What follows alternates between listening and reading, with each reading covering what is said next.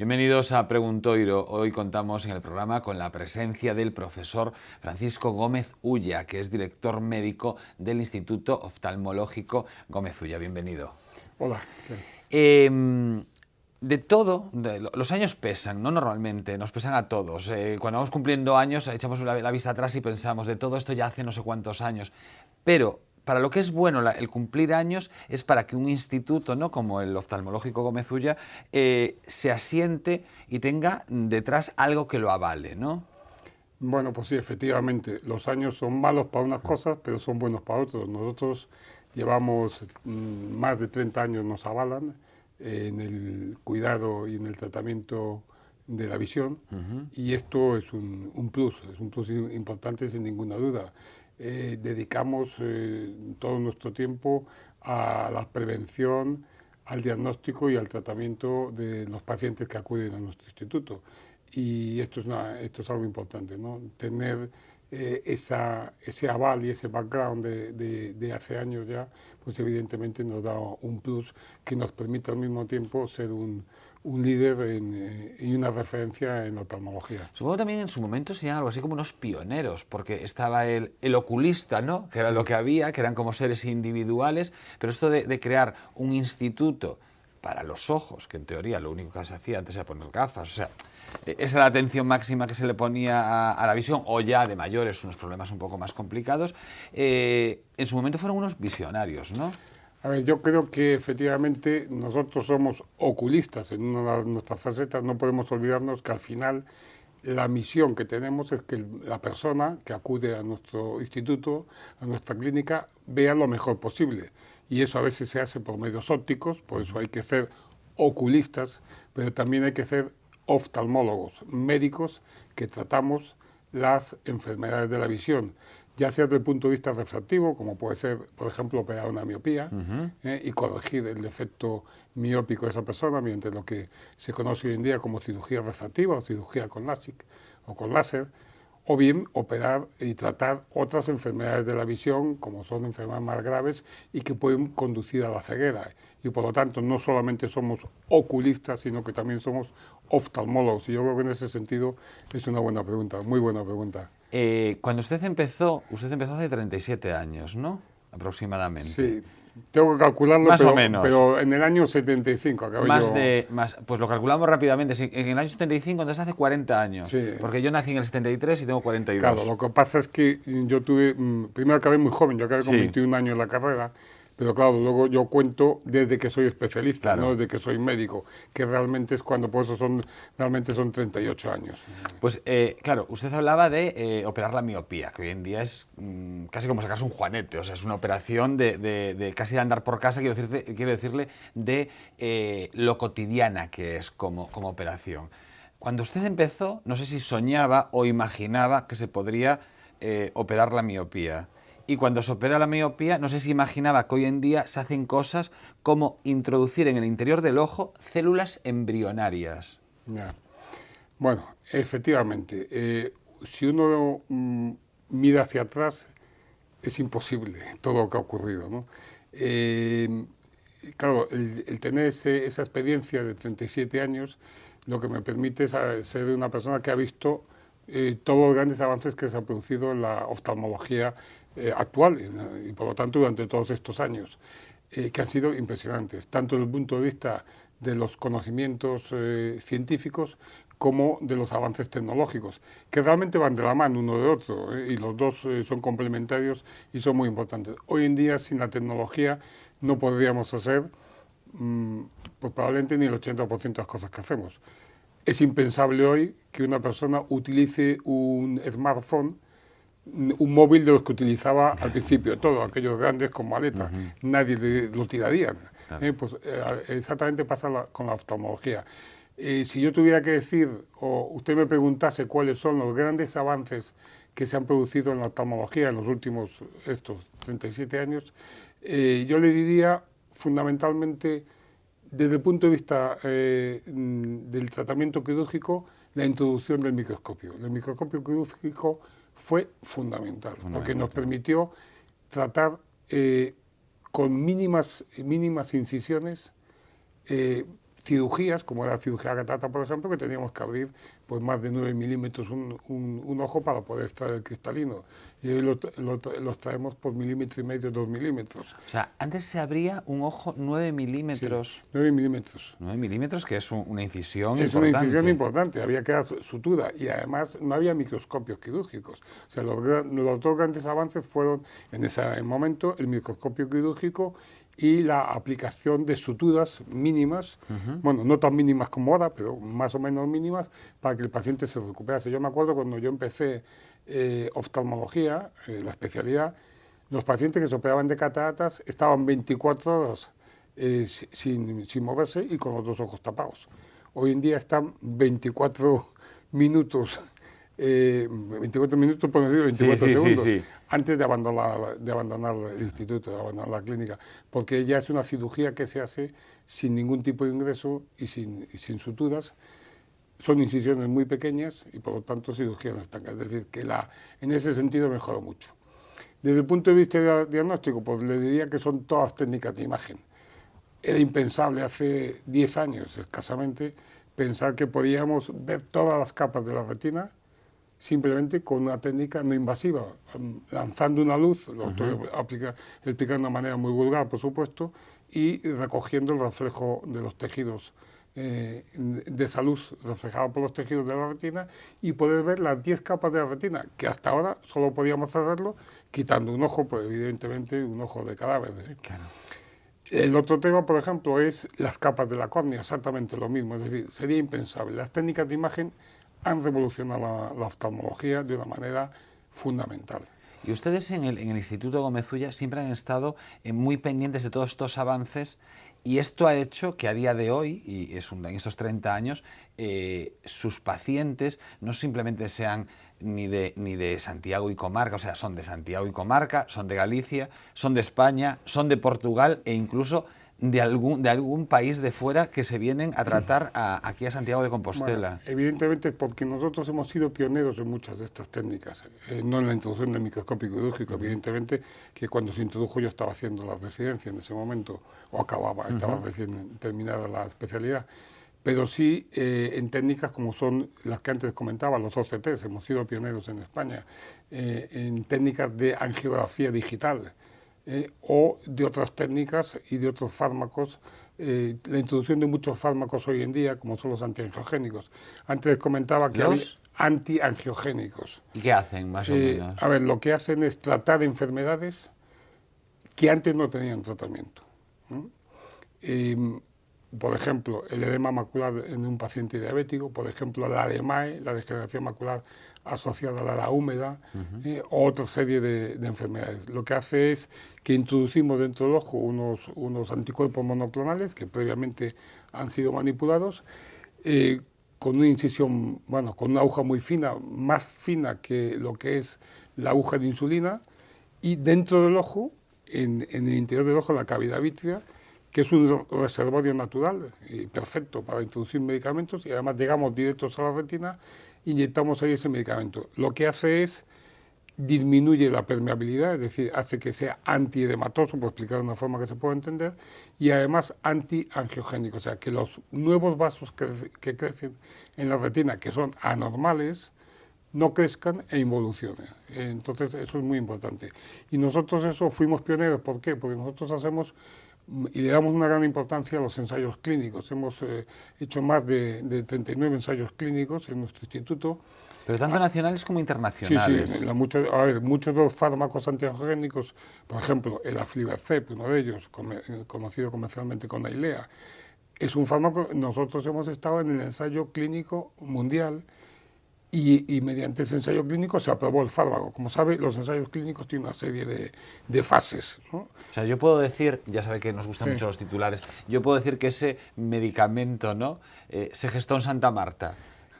Unos sitios del mundo donde se gestó fue en Santa Marta. Bueno, pero es una verdad, no estoy inventando. Sí. A ver, la aplicación del medicamento. El medicamento, por supuesto, tiene toda una historia detrás. Pero una de las partes está hecha aquí. Efectivamente, está hecha en Santiago de Compostela. Claro. Y por lo tanto, ese tema de ser pionero es lo que nos ha permitido, pues tratar a muchos pacientes y que esos pacientes, sobre todo lo más importante, es que accedan rápidamente a nuevos tratamientos, a tratamientos novedosos rápidamente, sin necesidad de tener que salir de Galicia, por supuesto. Por lo tanto, es muy importante. Por eso, para nosotros, la investigación es un pilar fundamental. Es a lo que quería llegar, porque se llama Instituto Oftalmológico, porque realmente ustedes allí lo que hacen también es mucha investigación, dedican mucha parte de su tiempo a investigar.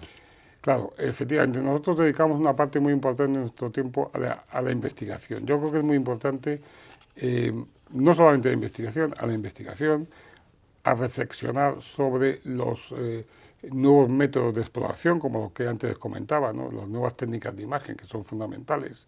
En este momento estamos utilizando, por ejemplo, la angiografía con OCT.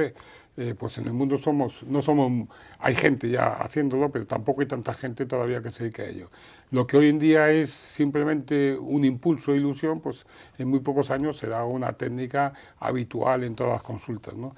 Por lo tanto, le damos una gran importancia a la investigación, a la participación en cursos y congresos nacionales e internacionales. Al intercambio, ¿no? Al intercambio de conocimientos. Nosotros participamos continuamente en congresos presentando nuestros resultados y reflexionar sobre los resultados de una prueba diagnóstica o de un tratamiento es fundamental. Y pasa mucha gente, grandes profesionales que desconocemos Sí. a pie de calle, por el instituto, por Santa Marta, vuelvo a esa ubicación tan nuestra. Sí, pues esta misma tarde, a las 8 de la tarde, pues tenemos una reunión sobre glaucoma, por ejemplo, en la que vamos a tratar pues nuevos avances en el glaucoma y cómo es las perspectivas del glaucoma a nivel general, ¿no? Supongo que hoy en día también facilita ese diálogo con profesionales de todo el mundo, las nuevas tecnologías, ya no es necesario estar ubicados, ¿no?, en un mismo... Efectivamente, a ver, la información se genera a gran velocidad y además en todas partes del mundo casi al mismo tiempo.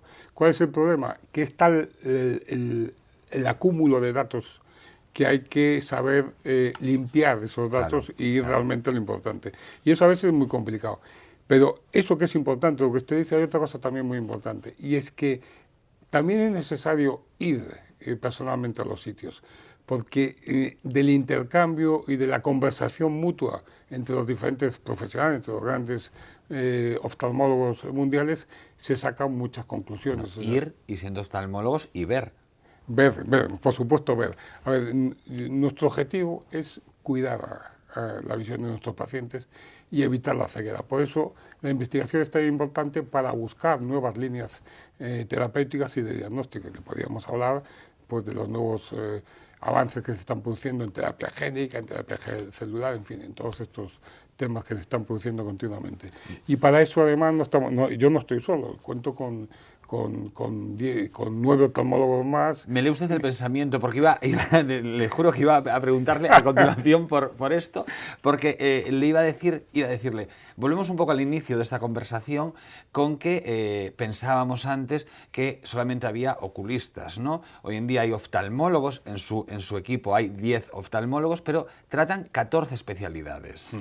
Claro, lo que intentamos es tratar de una manera integral al paciente que acude al instituto. Es decir, el paciente intentamos en el mismo día resolverle todos sus problemas, que no sean quirúrgicos, evidentemente, a no ser que sea una urgencia. Y por lo tanto, el ojo, aunque es muy pequeño, que mide 2,4 centímetros, es decir, 24 milímetros. Pues yo ahí, es que claro, a mí me tiene en shock la incisión de 9 milímetros de hace unos años, sí, para operar cataratas. Claro, en esos 2,4, una incisión de 9 milímetros que hayan logrado sí, reducir a unos escasos a nada. Claro, es que me recuerda el perro andaluz, el famoso, efectivamente, de Buñuel. El plano del ojo, o sea, usted me lo dice y eso, claro, me parece el gran avance, por ejemplo. Sí, a ver, es uno de los grandes avances, evidentemente, pero la tecnología también ha permitido que podamos introducirnos por ahí. Claro. Porque por esos 2 milímetros, por ejemplo, para operar la catarata, que es el procedimiento quirúrgico más frecuente, yo creo que en el mundo, no solamente me atrevería a decir que la oftalmología, sino probablemente la medicina, ¿no? Entonces, en esos 2 milímetros, nosotros somos capaces de introducir un aparato que lo que hace es extraer una lente pequeña, como es el cristalino, ya con catarata, que es como similar a una lenteja de ese tamaño.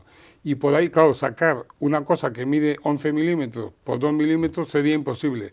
Lo destruimos dentro del propio ojo y lo extraemos por ahí.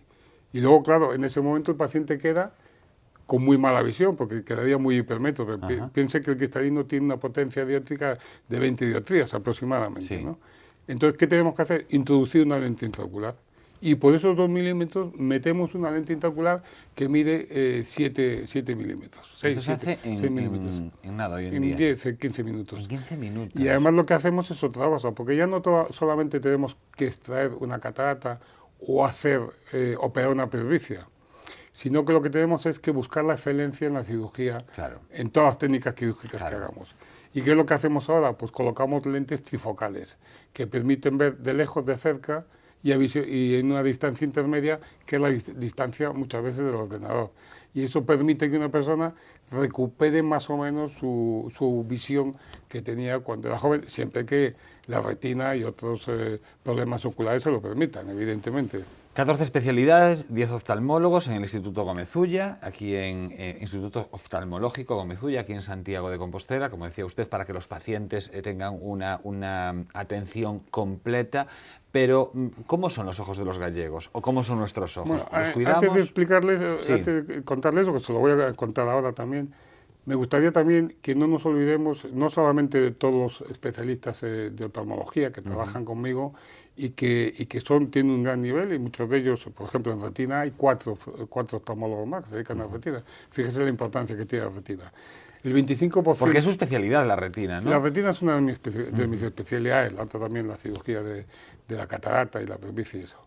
Pero fíjese que en retina el 25% de los actos médicos en un servicio de oftalmología hoy en día son problemas de retina. Por eso hay tantos especialistas de retina y tan buenos como tenemos en el servicio, que están continuamente pues, dando charlas en diferentes congresos nacionales e internacionales. Pero tampoco me puedo olvidar de todas las personas que están alrededor nuestra, como son los optometristas, que son fundamentales para nosotros.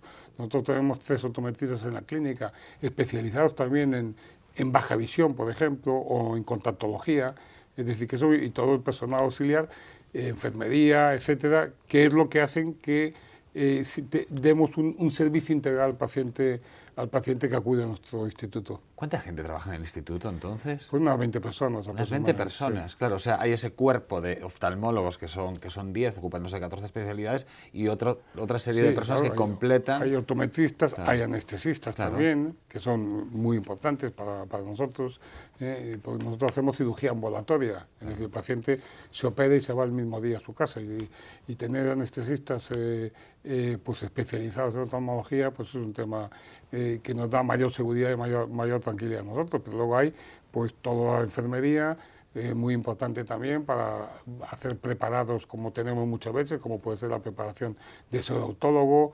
de factor de llevar las plaquetas, etcétera. Es decir, y además los personal de recepción y administrativo. Es un conjunto, no solamente la oftalmología, los oftalmólogos somos los que damos la cara, pero detrás de nosotros hay un trabajo en equipo muy importante. El ojo de los gallegos, ¿cómo tenemos los ojos? ¿Cómo cuidamos nuestros ojos? Bueno, dicen que el gallego es medio celta y por lo tanto tiene ojos más claros. Es verdad una cosa en el ojo de los gallegos. Hay un problema que es el glaucoma pseudofoliativo, es una palabra técnica que voy a explicar. Es como si el cristalino, que es donde está la lente que luego quitamos cuando se pone opaca, que es la catarata, es como si se desprendiesen pequeñas células, y eso hace que la tensión del ojo aumente. Bueno, pues el glaucoma pseudofoliativo y la catarata con pseudofoliación asociada, y que además supone un mayor riesgo en el momento del acto quirúrgico, es mucho más frecuente en la población gallega que en el resto de la población española. Por ejemplo, explicar un ejemplo.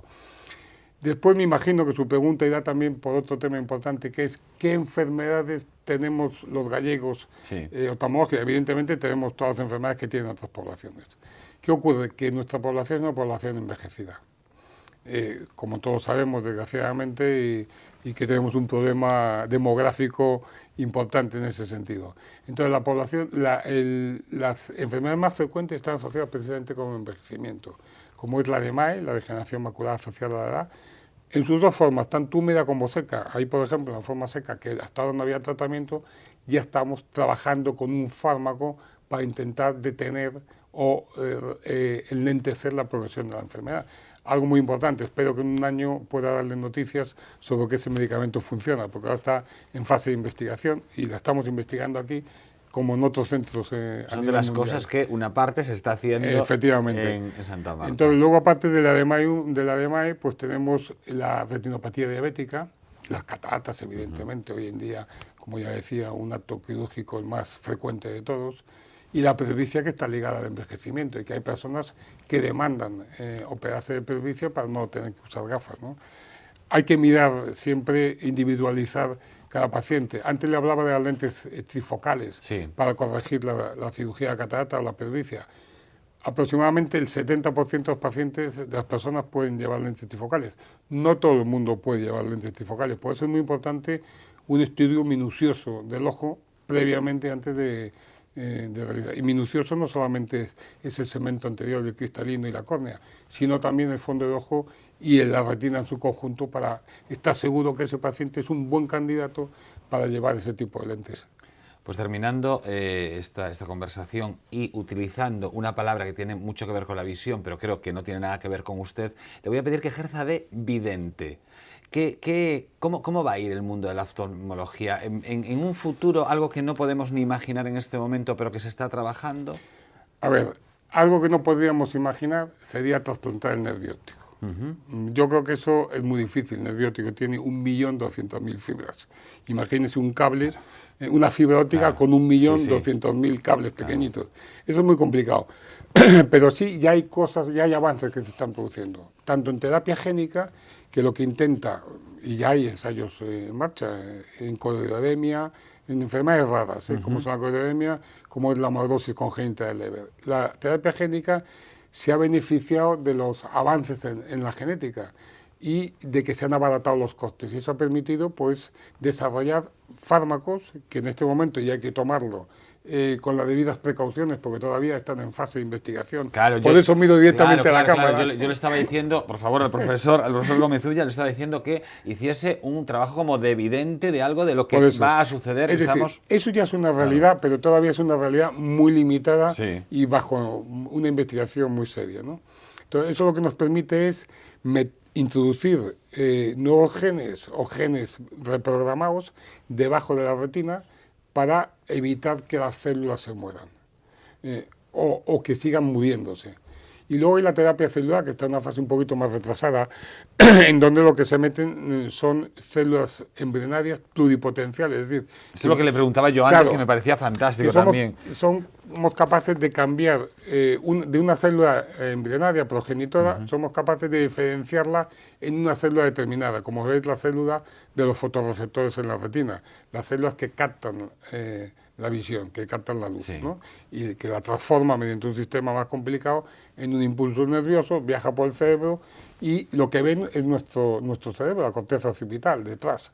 El ojo no ve, el ojo simplemente es un receptor, claro, de la luz, la transmite, la convierte en un impulso nervioso, y el nervio óptico y la vía óptica son los cables hasta que llegan al cerebro, ¿no?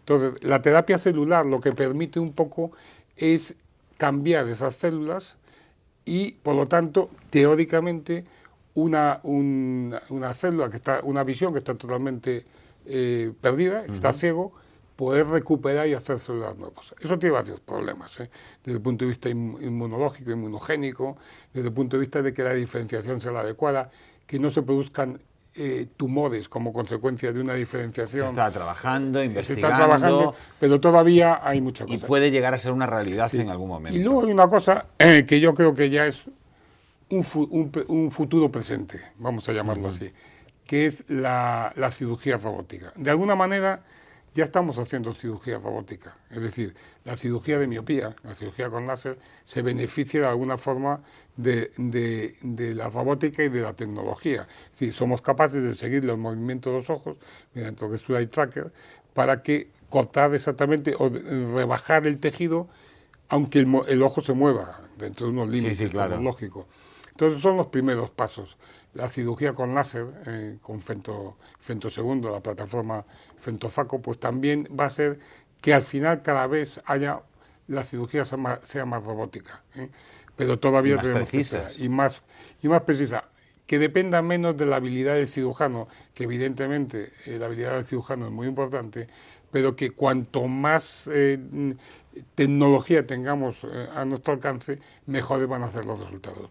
Por muy bueno que sea el cirujano, por muy bueno que sea, la tecnología le va a ser todavía mejor. Lo cierto es que en el Instituto Oftalmológico Gómez Ulla, desde hace tiempo ya, el futuro ya está aquí. No es algo que haya que esperar, porque ya están trabajando en el futuro, que es el presente. Sí, pero me gustaría decirle que el futuro hay que construirlo día a día. Efectivamente, efectivamente. Esto... el principio de esta entrevista ya es pasado. Claro, efectivamente, hay que seguir. El mañana sigue siendo futuro, pasado, y ayer fue futuro, pero hay que seguir construyendo ese futuro día a día. Profesor Francisco Gómez Ulla, director médico del Instituto Gómez Ulla, muchísimas gracias por venir hasta aquí. E insisto, muchísimas gracias por poner a Compostela, y en concreto a Santa Marta, en un punto en el mundo. No es difícil poner a Santiago. Santiago ya está ya solo en el mundo. O sea que muchas gracias a ustedes por esta oportunidad. Pues lo esperamos aquí para que nos siga contando avances próximamente. Muy bien. Pues esta fue la conversación que tuvimos con el profesor Gómez Ulla, y continúan con la programación de Correo Televisión.